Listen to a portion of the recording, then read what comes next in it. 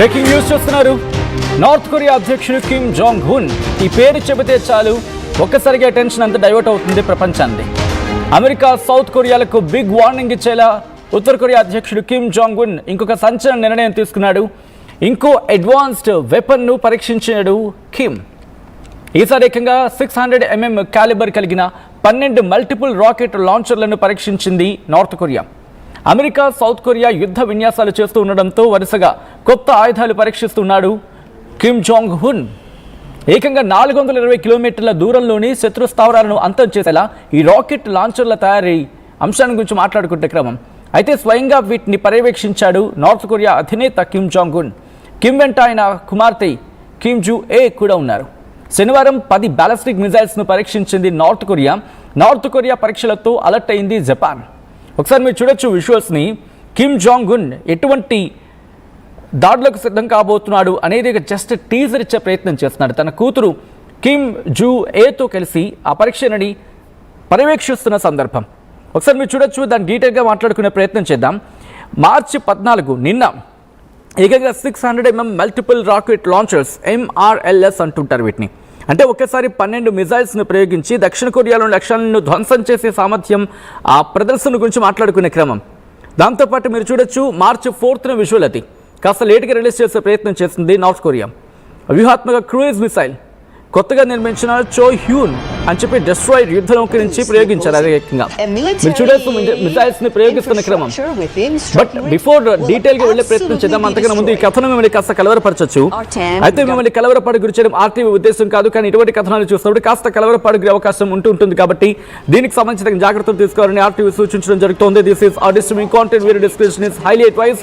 Visuals మీరు చూస్తున్నారు ఎలా రాకెట్లను లాంచ్ చేస్తున్నాడు. రాకెట్స్ని ఏ స్థాయిలో లాంచ్ చేస్తున్నా మీరు చూడొచ్చు. పూర్తిగా ఆ రాకెట్ లాంచింగ్ సిస్టమ్ని కూడా పూర్తిగా విజువలైజ్ చేయడం జరుగుతోంది. వాటిని పూర్తిగా వీడియో ఫుటేజ్ ద్వారా రికార్డ్ చేస్తూ అక్కడ పర్యవేక్షిస్తున్నాడు ఏ స్థాయిలో అవుతుంది, ఏ స్థాయిలో జరుగుతుందని చెప్పి. తన కూతురిని తనతో పాటు తీసుకెళ్ళి ఆ లాంచింగ్ సైట్ నుంచి దూరం నుంచి వాటిని పర్యవేక్షిస్తూ ఉన్నాడు. సో యుద్ధానికి సిద్ధమవుతున్నాడు కిమ్ జాంగ్ హున్. వార్నింగ్ ఇచ్చే ప్రయత్నం చేస్తున్నాడు. మీరు చూడొచ్చు 3, 4, 5, 6 అలా ఏకంగా 10 నుంచి 12 మిజైల్స్ని ఒకేసారి 10 నుంచి 12 మిజైల్స్ని పంపించడం ద్వారా పరీక్షించడం ద్వారా తన వ్యూహం ఏంటో చెప్పే ప్రయత్నం చేస్తున్నాడు. జనవరి 4 నుంచి 9 తారీఖు మధ్య ఏకంగా 900 కిలోమీటర్ల దూరంలో ఉన్న శత్రువుల రాడార్లో కూడా చెక్కకుండా ఉండి హైపర్సోనిక్ మిజైల్ని ప్రయోగించాలంటే అర్థం చేసుకోవచ్చు. డిసెంబర్లో long range air defence system ఆకాశంలోనే శత్రు విమానాలను వాళ్ళ మిజైల్స్ అడ్డుకునే వ్యవస్థ వాటిని పరీక్షించాడు. అక్టోబర్లో హాసాంగ్ 16B వీటిని పరీక్షించాడు. అంటే సాలిడ్ ఫ్యూల్ ఉంటుంది కదా, వాటిని బేస్ చేసుకొని మీడియం రేంజ్ మిజైల్ టెస్టింగ్ చేశాడు. మీరు చూడొచ్చు వాటిని పర్యవేక్షిస్తున్న సందర్భం, వాటిని పరీక్షిస్తున్న సందర్భం. ఎయిర్ డిఫెన్స్ సిస్టమ్ అంటే వాటిని గుర్తిస్తాయి. ఆ రేడార్ సిస్టమ్స్ గుర్తించి గాల్లోనే పేల్చేస్తాయి. అటువంటి రేడార్ సిస్టమ్ వాటికి సంబంధించిన రాకెట్ లాంచింగ్ ప్యాడ్స్ కావచ్చు అన్నీ కూడా. ఇటు కిమ్ జాంగ్ హున్ వాటిని పర్యవేక్షిస్తుంటాడు. ఆర్డర్స్ని పాస్ చేస్తాడు వాళ్ళ ఆర్మీకి. వాళ్ళ ఆర్మీ వాటిని పర్యవేక్షించడం జరుగుతుంది. సో ఇక్కడ మాట్లాడుకుంటే అసలు ఏంటిది 600 mm super large rocket launcher. ఇది ఒకసారి దీని గురించి మాట్లాడుకునే ప్రయత్నం చేస్తే ఇది కేవలం రాకెట్లు మాత్రం కావండి. అవి ఏకంగా టాక్టికల్ న్యూక్స్ అంటూ ఉంటారు. అంటే వ్యూహాత్మక అణ్వాయుధాలు ఇవి. అంటే ఒక టాక్టికల్ న్యూస్ను ప్రయోగించవచ్చు అని చెప్పి ఉత్తర కొరియా ప్రకటించింది. ఏకంగా 420 కిలోమీటర్ల దూరంలో లక్ష్యాలను కూడా ఖచ్చితంగా ఛేదించగలవనేది వీటి గురించి వినిపించమాట. సో ఇక్కడి నుంచి డీటెయిల్గా మాట్లాడుకునే ప్రయత్నం చేస్తున్నప్పుడు అసలు ఎందుకు చేస్తున్నాడు ఇవన్నీ అనే దానికి ఒక 4 పాయింట్లు మాట్లాడుకునే ప్రయత్నం చేద్దాం. ముందుగా అమెరికా దక్షిణ కొరియా సైనిక విన్యాసాలకు పాల్పడుతూ ఉంటే వాటికి రియాక్షన్ ఇచ్చే ప్రయత్నం చేస్తాడు. అమెరికా అలాగే సౌత్ కొరియా ప్రతి ఏడాది కూడా వీళ్ళు ఫ్రీడమ్ షీల్డ్ అని చెప్పి ఈ 2 దేశాలకు సంబంధించి సైన్యం కలిసి సైనిక విన్యాసాలను ఏర్పాటు చేయడం జరుగుతుంది. సైనిక విన్యాసాలకు సంబంధించి ఉత్తర కొరియా తమపై దండయాత్ర చేస్తే రిహార్సల్స్గా భావిస్తూ ఉంటుంది మాట వీటిని.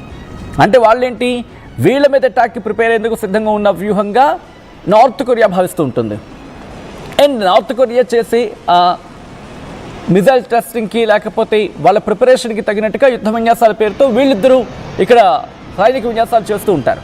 కాబట్టి ఆ ప్రాంతం ఎప్పుడు ఉద్రిక్తతలే ఉంటూ ఉంటాయి అనుకోవచ్చు. అయితే విన్యాసాలు జరిగినప్పుడల్లా కిమ్ జాంగ్ ఉన్ తన పవర్ని ప్రెజెంట్ చేస్తూ ఉంటాడు, తన మిజైల్ సిస్టమ్ని ప్రెజెంట్ చేస్తూ ఉంటాడు, లేటెస్ట్ అడ్వాన్స్డ్ టెక్నాలజీస్ని ప్రెజెంట్ చేసే ప్రయత్నం చేస్తూ ఉంటాడు.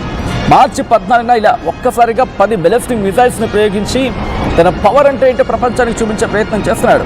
శత్రువుల దాడిని ఎదుర్కోవడానికి తాను రెడీగా ఉన్నానంటూ కూడా ప్రపంచానికి చాటి చెప్పడమే కిమ్ జాంగ్ ఉన్ ప్రధాన ఉద్దేశం. ఇక్కడ ఫస్ట్ పాయింట్ గా మాట్లాడుకోవచ్చు.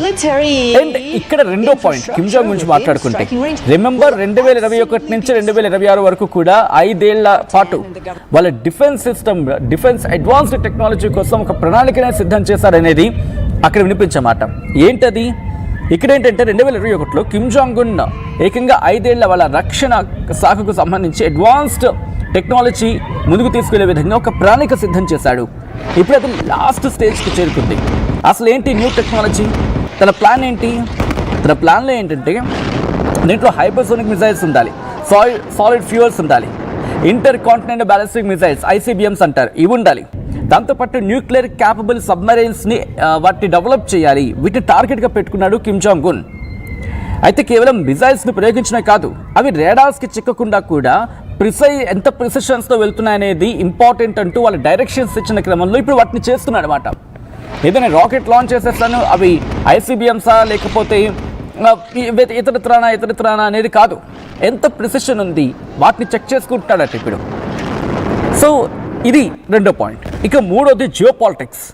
ప్రపంచవ్యాప్తంగా ఎటువంటి ఉద్రిక్త పరిస్థితులు నెలకొన్నాయో చూసాం. అయితే వాటిని తనకు అనుకూలంగా మార్చుకునే ప్రయత్నం చేస్తూ ఉంటాడు. అమెరికా దృష్టిని అంటే వాళ్ళ వ్యూని డైవర్ట్ చేయాలి. ప్రస్తుతం మిడిల్ ఈస్ట్, మరి ముఖ్యంగా ఇరాన్, తర్వాత వెనుజులా, ఈ సిచ్యువేషన్స్ అంటే ఇక్కడ ఎటువంటి పరిస్థితులు నెలకొన్నాయో చూశాడు. ఆ తర్వాత నెక్స్ట్ టార్గెట్ తనే అని చెప్పి ఒక వ్యూలో ఉన్నాడు. ఎందుకని? చైనా, తైవాన్ విషయంలో అమెరికా తలదూర్చదు. దూరిస్తే కనుక అది పెద్ద యుద్ధం అవుతుంది. ఇంకా మిగిలిపోయింది ఏంటి? క్యూబా అయిపోయింది. అంటే క్యూబా గురించి మాట్లాడాడు కాబట్టి క్యూబా గురించి ఇక్కడ ప్రస్తావించట్లేదు. North Korea, South Korea. కాబట్టి ఈ వ్యూ అయితే ఉంది. నార్త్ కొరియాని టార్గెట్ చేస్తారంటే టార్గెట్ చేసే సిచ్యువేషన్ అంతగా లేదు, ఎందుకంటే న్యూక్లియర్ వెపన్ ఉంది అక్కడ. అంత వేగంగా టచ్ చేయడు. ఒకరు టచ్ చేస్తే పరిస్థితులు వేరుగా ఉంటాయి.